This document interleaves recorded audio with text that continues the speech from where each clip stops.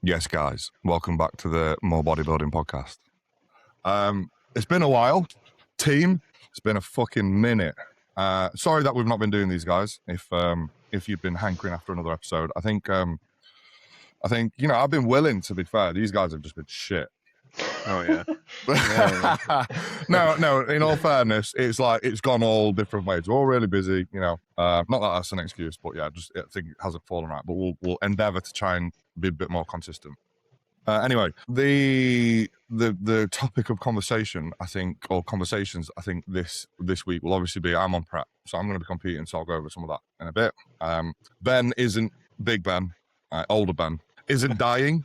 We'll fill you in on that. He's not dying anymore, or wasn't dying anyway. But we've confirmed that for sure. And Ben Smith has managed to wrap his autism around bodybuilding again, and he's fully loving life. So that's like a summary of what's to come. It's a summary of what's been happening, basically. Yeah. Go on, Big Ben, hit us with the good news. Yeah, so my liver is good. Well, it's not damaged was the concern. Did we even mention it on the last podcast? I think we did, didn't we? I think we went over it. Might have done, yeah. If not, I'll run through it. So we went into a health phase, got my bloods taken. It was all good apart from ALT was like, 4 times the upper limit. It was like 160, I believe. So quite high, but all of my other liver markers were sound. So we were like, okay, we'll take longer in the health phase. And I'll also take a longer period of time off training before I get them retested, because ALT can leak out of your skeletal muscle as well. So the first time I took 3 days off training. Then when I went and got them tested again, I took 5 days off training that time. ALT was still high. It was like 118. For reference, I think the upper limit is, what is the upper limit? 60? 60, 64. I think 60. Yeah, something like that. So still 2 times the upper limit, which isn't ideal after how long I've been in this health phase and took 5 days off training. So I ended up getting a liver ultrasound yesterday, which was interesting. It was actually really cool, to be fair. Went in there and it was a liver ultrasound, but they did like my whole abdomen region. So like I got my kidneys looked at, my pancreas, gallbladder, all of that. But it was cool because you went in there and you could take people in if you want. Rev was getting ahead and didn't come with me, but obviously lay you down on the bed, strip off and start scanning you. But they had like a big whiteboard in front of me so I could see it all, which was really cool. But yeah, no, on the ultrasound, no damage that was concerning, which was cool. It looked healthy and in a good shape. It was. I think a point to make here though is that with the high, if your ALT is high but everything else is in range, which it was, is it brilliant? I think. Is it brilliant? You got it. I think you may have actually got that right. I've been learning. I've been practicing. Mate, every time I go to say, I'm like. Yeah, I can't normally say it, but yeah, I've been practicing, trying to make sure for this particular reason that I don't fuck it up. But yeah, so that was in range. AST was in range. There was a few others, I think, that. GGT is another one. That was a GGT. Is indicative of like liver damage or issues around your liver, and high ALT can be for numerous reasons that are the testing sometimes can be skew, can't it? So like it's not uber specific to ALT. So there's loads of things that can come up which skew the result in of itself, and then things like high creatinine. Obviously training, high protein diets, dehydration. Yeah, there's like loads of different things that can contribute towards it. And usually it's not in of itself, it isn't a true representation of like poor kidney function or issues amongst the kidney, as long as it is a singular thing. Liver. What's that? Liver. You said kidney. Oh yeah, liver, not kidney. No, but so your GGT, and I'm the one beginning with B. I'm not even going to attempt to say it because I will absolutely butcher it. But they're actually like those readings come directly from the liver, whereas ALT, there's other factors which can influence it. But because it was still quite high, Obviously wanted to make sure there was no liver damage, because if there was liver damage and the reason that was high, obviously you don't want to then cause any more damage moving forward. So it was good to get that. And it was good to see, that's just a good piece of advice, that as well, by the way. Just because you can make sense of something on paper as to why it isn't bad, it doesn't mean that it is. And just because something might not appear bad, it doesn't mean that it's like, it goes both ways. And so I think, as a rule of thumb, always err on the side of caution. Like Louis did it with me with my kidneys. You know, EGFR was not low, but it was on the lower end of the scale, and it was kind of like, well, this is on CRT. It's low at the moment. Let's go and get a cystatin C test, because that's way more accurate to your actual kidney function, because the usual testing isn't that accurate. Got cystatin C, and it was mint, like it was at the top of the range. So again, it's like, just lean on the side of caution, get the test done, make sure you're good. Yeah, like after that first blood test I got, we could have made conclusions and been like, yeah, it's all right. But it's better to be cautious, and like it's not done any damage. I've took a little bit longer off. Like training, I think it's been good for you, actually. I think it's been good as well. And I think there's an argument to say, like, sometimes when you take longer off, when you go back on, it's a little bit more productive. There's a lot of good pros which have had to come off for a long period of time for surgeries and etc. When they go back on, it's ridiculous. So now you've got the all rabbit hole, but where are you sort of planning with competing and stuff? Is that still on your radar, or have you sort of not for the minute, I don't think. That's still been pushed back, I think. But we'll see. Yeah, we'll see. We haven't really spoke yet, have we, Max? Because I only got the stuff yesterday. We said we'll have a little chat on here, and then it's my check-in tomorrow, so we'll go through. To be fair, mate, it's like, you'll have gone nearly two summers without enjoying it. Like, the idea for me was get this show done, be finished by July, enjoy the rest of your summer lean and pushing weight up again. And it's like, I think at this stage now, in order to get you to stage condition and go through that entire process, like, you're still in very good nick. And I just think, going back on cycle, we want to be using that time to grow. And I imagine you'll be very hungry very quickly. I mean, it's a tough one, isn't it? You go into summer, you're going to be hot. That makes it difficult to grow and eat. And there'll be something we have to find and navigate our way through. But again, you know me, I'm not one for pushing food and weight excessively. I like just chilling. So, I do have that itch now where it's just like, I do just want to fucking grow. Yeah. So yeah, I'd like, when I'm in that headspace, the last thing I want to do is now go into a diet and I think that's a really poignant message as well. Like, when you're follow your gut, if intuitively that's where your head wants to go, that's the thing that you're going to enjoy the most. Go with it. Like, obviously you're going to have to go through phases where you don't particularly want to do something. You're going to go through parts of a prep where you're like, this is wank, I'd rather be pushing weight up and putting muscle on. But I think for the most part, like, trust your instincts. When something isn't right, or when you feel like you would rather lean into something else, go and do that. Something that I've been like quite big on in conversation recently is like trusting your intuition with bodybuilding and coaching. Now I feel like we don't allow athletes to listen to themselves and trust their intuition as much now. And because of that, because it's a skill, isn't it? Like, trusting your gut is a skill. You get it wrong a lot of the time, but then once you get it, you then can kind of like listen to your own mind and body, and then start making more appropriate decisions. You stop someone from doing that because you're always looking at data and sheets and numbers. Eventually that intuition, it fucks off, and all you're left with is like hard facts. And I think that's something that's missing within bodybuilding sometimes, is like being able to just read your own body and your own mind and go with that. I think that's very important, because regardless of sort of diet and or pushing. when we went into that second prep, I started the prep already very hungry, and it was almost like a relief when we pulled it. And I think that it was because my gut was saying I'm not fully in this right now. So when we pulled it, it was a bit of a relief. And now that's something to be mindful of in future as well. Like, trust that feeling and learn, and be able to communicate that with me as well. Yeah, but it was a weird one, because it was like I did want to do it, and I was really enjoying it, but at the same time, it was like, I don't know. I had that like little voice in my head being like, and I was just going to see how I got. Like, if I started to get that little bit leaner, you know, when you start to like see the changes, and you're like, right, this is sick.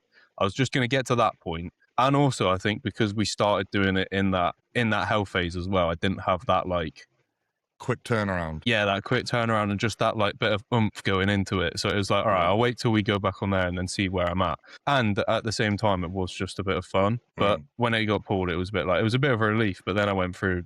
Then it was like, oh, now I feel shit. And then I went through that whole, like you said, it's a roller coaster, isn't it? Your emotions are a bit everywhere when it comes to bodybuilding. Yeah, it's. I think that was obviously largely because you've actually hit a bit of friction. Like there's the initial, oh right, I don't have to diet, but then the reason for the change in direction is actually because there's a problem. Yeah. Whereas if I'd have been like, nah, mate, do you know what? I don't think we should do this prep. I think like you'd be better off growing. I think you'd blow, and you'd have been like, yeah, buzzing, amazing. That's what I want to do, and then you'd have been flying. Well, that's where you're heading now, anyway. Like that's in the next couple of months you'll be doing that. You'll be flying. You'll be feeling great. Back on cycle, making loads of gains. Bodybuilding. How's the program for you, Max? So that's the Ben saga. Yeah, good, really good. My mind is like fully in it. I've, you know me. I feel like I'm quite deep, introspective. I spend fucking way too much time in my own head. But I've started to like just sit with that and enjoy it a bit more. Like rather than beat myself up about it, explore something that I learned in therapy. Was learn to explore your own mind with curiosity, not judgment. So like when I have certain feelings and thoughts, I'm like, why am I feeling like that? Rather than, oh, I'm fucking miserable. Do you know what I mean? Yeah.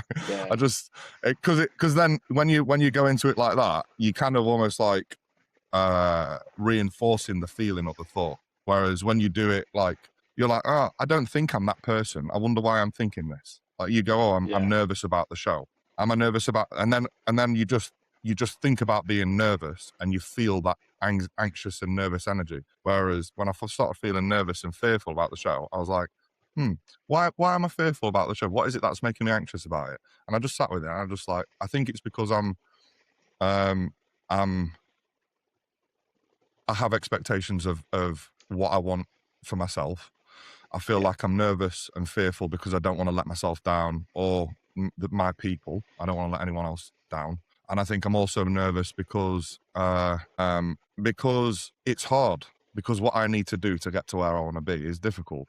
And then when you dissect all of that, I'm like, when you dissect it and you've answered all those questions, or I did answer all those questions, I was able to navigate my way through some of those things, like letting myself down. Well, that is the only way I'm going to let myself down is if I don't even know, like what have I got to let myself down about, right? Like if I make mistakes or I don't this is how I was framing it, is like if I make mistakes, if I don't get to where I want to be, or I'm not good enough on the day, then that's just data.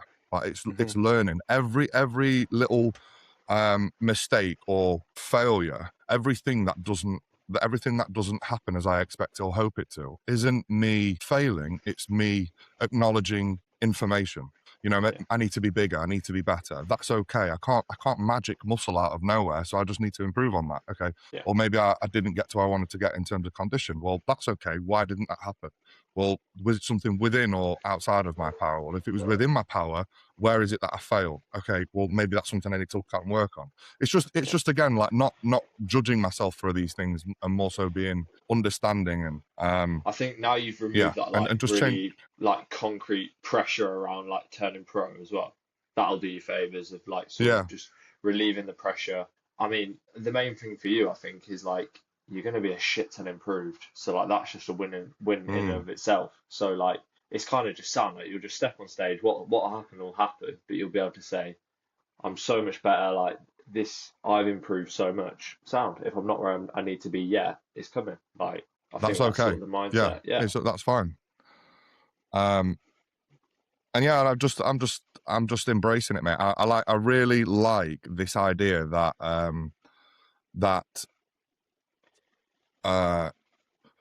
failing or not meeting my expectations or not doing something as I had hoped I would be able to do it, I like viewing all of that as just learning. Like it's just an opportunity for me to get better. Like all I've got to do is expose myself to things, and that's the only way I improve. If I never compete, if I never put myself in that position whereby I don't try and challenge myself to get lean enough, whether I do it or don't do it, it's irrelevant if I choose not to even try, because if I don't try, I'll never know, and I'll never be able to learn if I don't. So yeah, I like the idea of just like perceiving everything, every little setback, every little mistake as a way to improve. And that's kind of like the public speaking at the FedEx was. I fucking hate public speak. I always have done. Like, this is very different, but I've always hated public speaking. My mate used to joke about me being his best man at his wedding, one of my best mates when we were younger. And I always literally, do you ever do that thing where you think about something that, like something maybe that's happened in the past or something that you might have to do, and you just start getting fucking palpitations and you're anxious?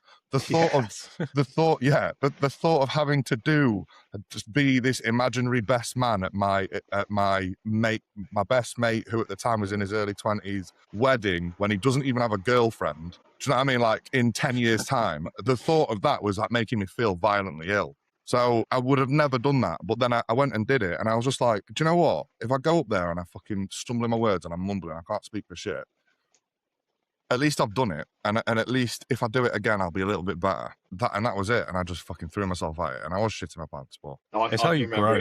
Like, you do things that you don't want to do.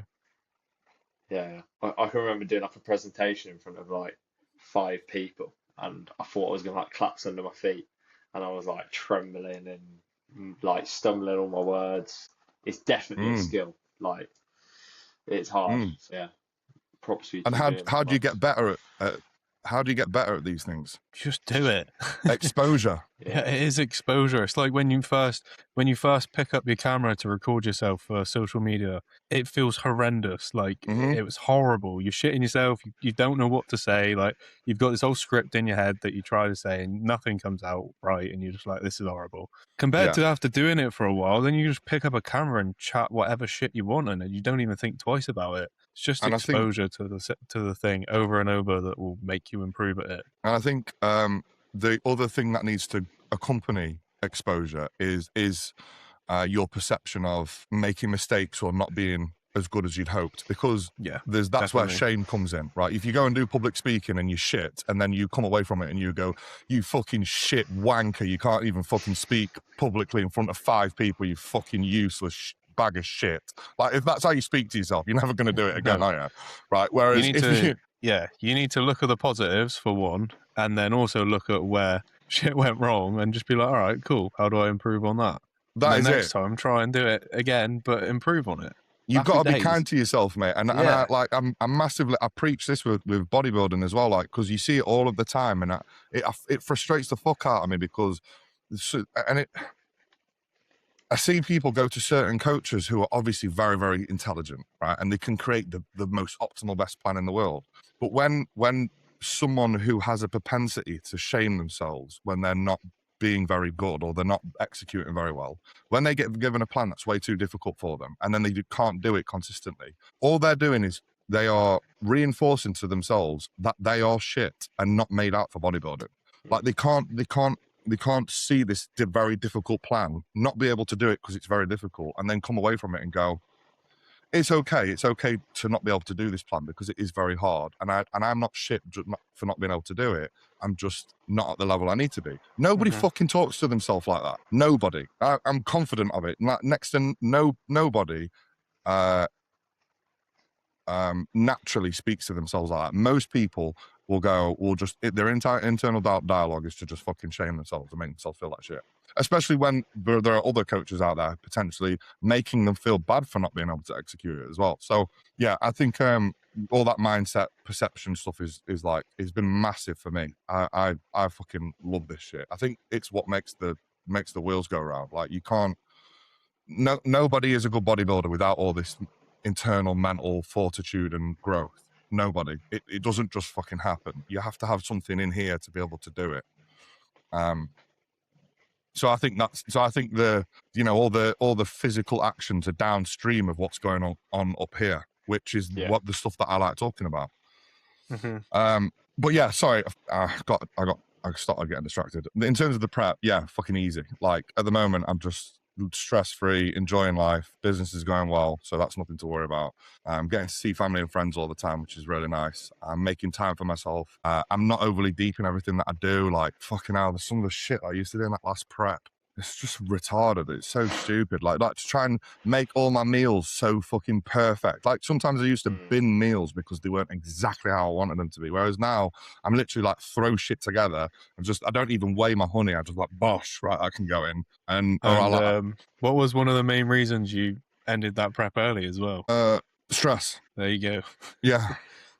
Stress. And again, I just think it's I think it's the most important thing, you know. Like what's weird, right, is like we have all these people bang on about how important not being stressed is. Like even the top athletes, 0 stress, reduce stress, keep stress low, blah blah blah blah.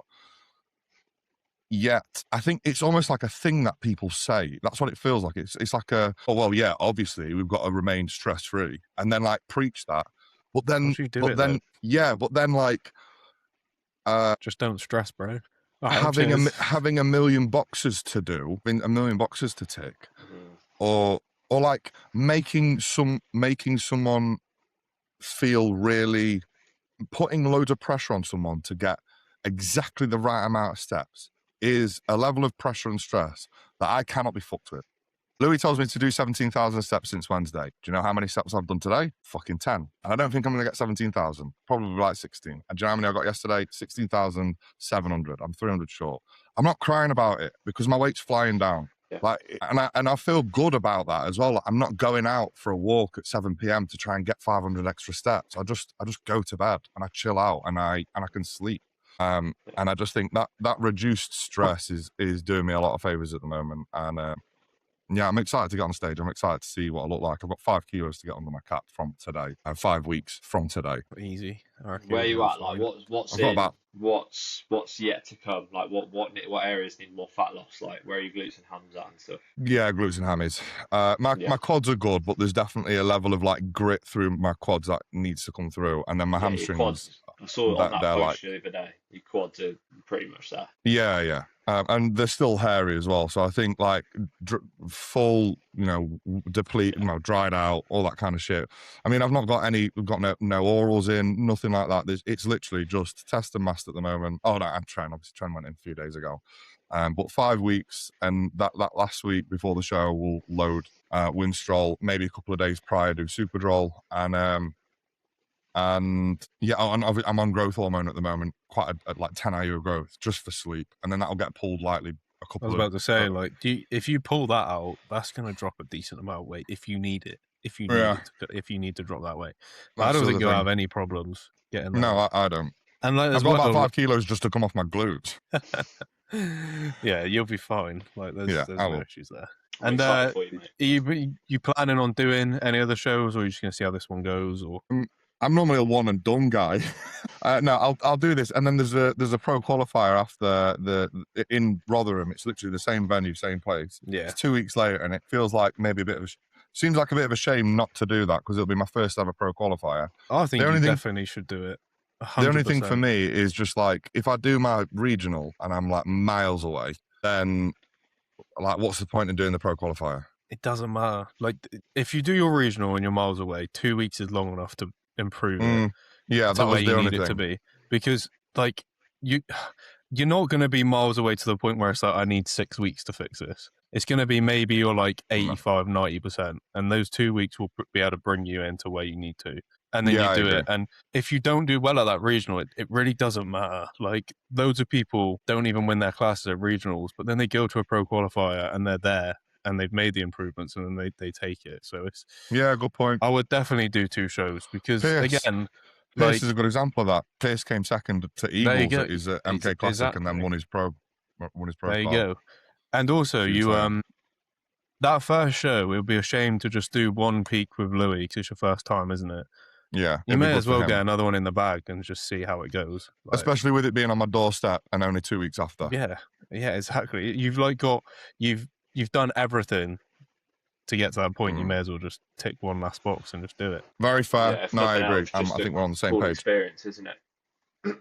Again, yeah, like this comes into like the anxiety part of it that you were mentioning earlier. Like it's another bit of exposure if you get up there again, because you've been bodybuilding for a long time, but you still haven't got on stage a lot, like compared to some people. Like how many times have you actually stood on stage? 4 times, is it? 4. Yeah, competed 4 times, 2 preps. This will be my 3rd prep and 5th show. There you go. Like, and if you look at if you look at the likes of Jack Eagles, by the time he was 21, I think he competed like 30 times. Yeah, that's exposure. That is crazy. I'm gonna have to go for a piss. I'll be 2 seconds. That monster's gone straight through me. I was going to ask about the routine. I reckon he's already working on that. Oh, he hasn't been working on that. I know he hasn't been working on that. Oh, because, really? You know, no. Do you know why I reckon he hasn't? Because I went up to stay with him the night before when he did his last show, and he was practicing making his routine the night before and the morning of it. That's what I did. But I thought Max, because he's proper into his posing, would be like, he would have had. He is like that. Yeah. No, so Max is into his posing and he flows between his poses really well, and he can naturally freestyle pose quite well. But for that show, he didn't have any routine together. He was just sort of winging it. So I reckon he's not got anything together yet. I reckon he's still winging it. But I'm going to ask him about that. He's at this, isn't he? I can listen. I was listening to all that. I got my earphones in. Yeah.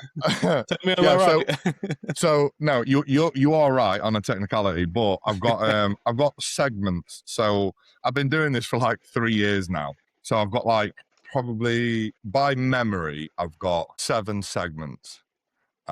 Maybe more than that if I was to try and remember them all. I think there's 7, maybe more, maybe 10, but I've got 7 that I can remember, and I can pretty much just throw them together. So like I don't have a routine per se, but if you ask me to pose for a minute to a song, I could, just based on all of the segments that I've got, and probably like I literally pose for about 3 to 5 minutes after every session. Just I mean, content is a really good reason for that, but I just enjoy it. So like I usually put music on for those 5 minutes, and then and listening to the music and having watched other posers, I kind of just like do stuff and move and like and I try and I don't just keep moving. Like as an example, I'll hit a front, like I'll be in the music and I will hit a front double, and then I won't want to go to my next shot, which is maybe like a side chest. I'll want to go into a different shot. So I'll literally, as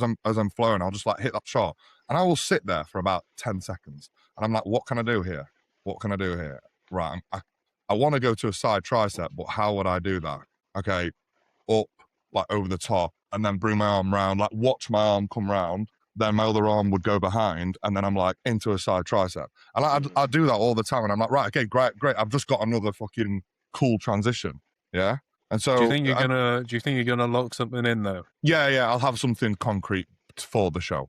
Yeah. In terms of song selection, there's a Rage Mode song. Find it. I was gonna say, you know that guy competed with Niall Darwin the other week, and he hit that mad pose. Men. Are you gonna try that? Mm-hmm. Oh, Diego. No. Absolutely wild. Nah, not a chance. I absolutely love that guy's physique. I've loved that guy's physique for so long. Like I remember when he went pro, I shared it when I was like, this guy's going to be class.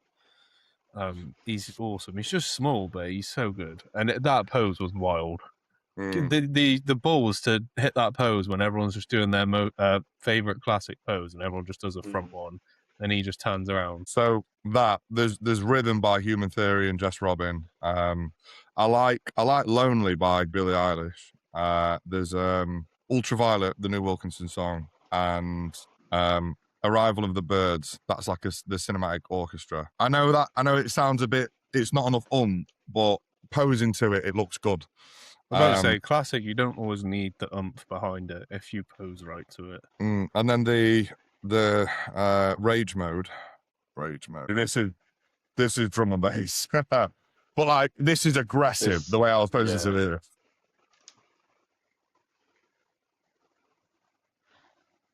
I reckon that one, mate. That suits you, doesn't it? So then, I can see you starting to.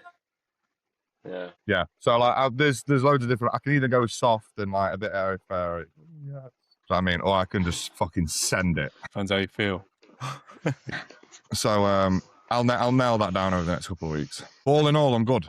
Yeah, enjoying it. I'm sure in a couple of weeks, as we continue to do these podcasts, I'll come in every week like that. Like you'll just see your face just shrinking by the week. Yeah, loving the process. And finally, Max just shuts up on the podcast for once. Yeah. Might be the thing that keeps me quiet. I love this. I love the sound of my own voice. That's what it is. As someone mentioned in the comments a few weeks ago, however long it was, it's like, I seen that. He sounds a bit preachy. Well, fuck off then. Why are you listening? How's the proper professional podcast going? Yeah, good mate. I've got Meg in on Wednesday. Meg Sylvester. Sick. I've really enjoyed the Reese and the Kippy one. They were both fucking awesome. Yeah. I've enjoyed doing them. I think I just need to get some. I want to diversify. I want to get someone else. All the people, not bodybuilders, in. But I'm looking at Meg Wednesday, Cuba the following weekend.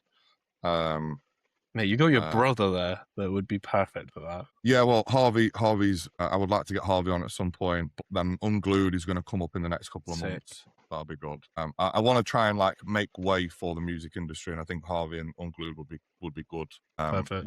Would be perfect to like carve a path into that. There's a girl that I reached out. She's got like 200,000 followers. I don't know if she'll do it, but I'm hopefully once I've got a few rolling out and they're picking up a bit of momentum. She's a CrossFitter, and she's pretty cool. There's another guy who's just done Everest, and I think like extreme sports, and he's like just climbed Mount Everest. I thought, I can't remember his name. Ben sent it me. I've not messaged him yet. Ben and Barber. It's on the podcast. Yeah, no worries, mate. That'll be good though. Sort of, like diversifying it a bit. Yeah, I just think, the podcast isn't about bodybuilding. Yeah, like as people have probably picked up already, it's a lot of mindset stuff. I like delving into who people are, what motivates them, what gets them to where they are, how they've managed to develop those skills. Like that's the kind of shit that I like to get into. Yeah. This one is George Armstrong. Don't know if you know him.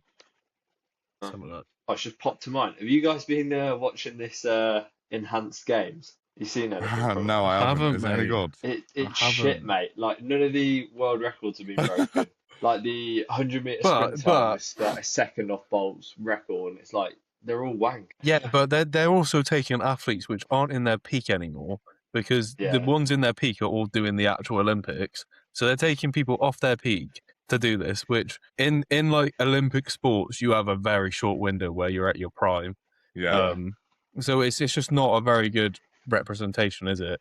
Plus, like, you got Thor there, who apparently now is enhanced, not beating his own record when he wasn't enhanced. Yeah. Yeah, like, come on. Majority of these guys at the Olympics are probably enhanced. They're just cycling off a bit for their testing anyway. So, like, we have the enhanced games anyway, let's be honest. I think Usain Bolt, though, might be the anomaly. Like, I just can't see him cheating. All the... I mean, those guys, there is obviously like, the big nations. I suppose there was Johan Blake, who's Jamaican sprinter. He got caught cheating as well. So, I don't know. Mate, they're all fucking doing it. It's like when Lance Armstrong got caught and lost all his like medals and stuff. But the reality was, like, everyone else below him was still doing it as well. So he was like, he was like, this is ridiculous. I've got it taken off of me because I still beat everyone that were doing the same thing as me. He was just doing the one that got caught. He was just the one that got caught because he was the one winning. So yeah, enhancement's been around forever, and it's not. People, if you think as well, if you've got a good team behind you with a lot of money, it's very easy to get around these testing, because they don't test properly for it. Like, right. Have we got any other news? News. Trying to think what's been going on in the bodybuilding world. What has been going on? When was the last podcast we did? Like 3 weeks ago, probably. Did we? I think so. Oh, I feel like maybe longer. Oh, it would have been longer, I reckon. Yeah, it's been longer than that, hasn't it? Jeez. I'm trying to think if we've done one after everything kicked off with Dara. Fucking helmet. We did. No, we didn't. So I think we did the podcast when you first put that reel up, and it got a little bit of like we did a little bit of shit, and then Dara fucking uploaded a reel basically going back at it. Yeah. But that was after the podcast, and then it all went. Oh, mate. Do you know what? Fuck it. I don't even care. I'm going to talk about it on the podcast because this is fucking hilarious, and I love it. I love it so much because he's such a fucking bulb. So he's approached me he approached me twice. He's approached me twice in the gym. The first one was obviously, I think I've spoken to you about this, but I've never got around to asking you, but obviously I know you both train at Ultra, so I was about to say, has that affected training in any way, or not for me, mate? No, I'm not even. Nah, I didn't think you would deep it in any way, but I'm obviously getting in his head enough for him to try and confront me on 2 separate occasions. The first one was not long after the actual thing, and that's the one where I put it on my story. And then the second one was like a week or so. It was fucking hilarious. He's like proper made a penis of himself. He came over to me, and because I did that post, the board's post, didn't I, in retaliation to his post about doing the same thing. And he came over to me and he was like, "Oh, have you recovered yet after I've given you some space?" And I was like literally bewildered by the question. I was like, I don't know what you're talking about. And he was like, the post you did about me with the boards, he was like, you did that retaliation, or you did that post after I did my post or something, and it wasn't even about you. He's like, I'm obviously living in your head rent free. And I paused for a few seconds and I leant in and I went, Ara, you blocked me on Instagram, mate. I think I'm living rent free in your head. And then I just stopped, and he's like, "Oh, I'll remember this when you're talking about character assassination, because that's what I said to him about the thing you did about me." And he's like proper popping off. He's like, "Oh, character assassination. I remember this when you do that post about me. It's like fucking ironic, isn't it? You'll do it to me when you're accusing me of doing it." And I was like, and I just thought, do you know what? I turned around and I went, "Oh, did you enjoy it? Was it nice? Did you enjoy it?" I was like, "Maybe you know how I feel when you did it to me then." "Yeah, was it nice?" And he was like, "Ha ha ha," like at the top of his lungs, screaming in the gym, like literally like the most over the top, like he proper lost it, mate. Like he's fully lost his marbles, I think. And he was like, and then everyone came over to me afterwards and I'm like, "What was all that about?" And I'm like, "I don't know, mate, he's just fucking lost his mind." And then I explained the story exactly as I've explained it to you. And people are just like, Jesus Christ, like what the fuck's wrong with him? And I just think it's the trend. I think it's just fully gone to his head. So there was just whatever. No need. Do you know what I mean? What's he gonna do? Like, what's he gonna do? Like, he's a fucking bodybuilder. He's not. Bro, you put tan on and oil up and pose on a stage. Like, fucking get back in your box. There was just no need to even address what you said, like from the start. Like, there was no need to even reply to it. Really, if you didn't agree with it, cool. Like, he's allowed to disagree. Like, I don't even 100%. Mind him disagreeing with him. And if he goes, "Oh, I've just seen Max's post, don't really agree with a lot of it. I think this, and this." But it wasn't about disagreeing with what I've said. It was about ridiculing me and the people that I was talking about, and then quoting me saying things that I didn't say. And then he went on to say, I was like, "Oh, that it's what did he say? He said it's not like I'm playing. I'm being pernickety about what," and it's like, I'm not being pernickety. I said one thing and you're saying something completely different as to what I said, which makes me look a certain way when I'm not. It's a shame he bottled that podcast. It really is, because there would have been. Yeah, it is, because I fucking loved it. Yeah. But again, I just think it would have shown how like illiterate, unintelligent, and fucking incapable of having an actual conversation he is. So, by the way, honestly, I've got no fucking any sympathy for him, or respect either. I think how he's conducted himself on every occasion that I've interacted with him since that video in the car is just a test to his awful character. And yeah, fuck him is what I say. Yeah, some drama. Very, very rarely will I come at someone so publicly like this, but I'm not having someone talk about me behind my back and publicly try and make me look a certain way, try and destroy who I am as a person based on things I've not said. And I will I will go for your fucking throat if you want to do that. I'm not, and I tried to be civil for a very long time as well. I tried to keep my mouth shut. I played the game. I tried to be respectful, but I'm not doing that no more. Like, we'll go toe to toe and he will come off worse. So that's my little ramble. Yeah, I think other than that, there's not really been much going on, has there? Well, not rumors. Trying to think of like even bodybuilding shows. Yeah, I know, it's been ages, man. I'd like to catch up. Well, I messaged him. Yeah, I messaged him a little while back, and he says he seemed really happy, which is the main thing. I've not even really seen him on Insta or anything, to be fair. Yeah, he's probably just enjoying his time with his missus, finally living there, and fair, I think that's it, mate. I think he's just integrating into like a different routine. So it's a good prompt for me to drop him a message, which I've been thinking about him last couple of days actually. So I'll drop him a message, see how he's getting on. We wish you well, Ruben. As well. You have to get back on here eventually and just let us know what's been going on. That'd be cool. Right, boys. We're calling it a day. I think we'll call it a day there. Yeah, let's do it. Yeah? Sound. Days.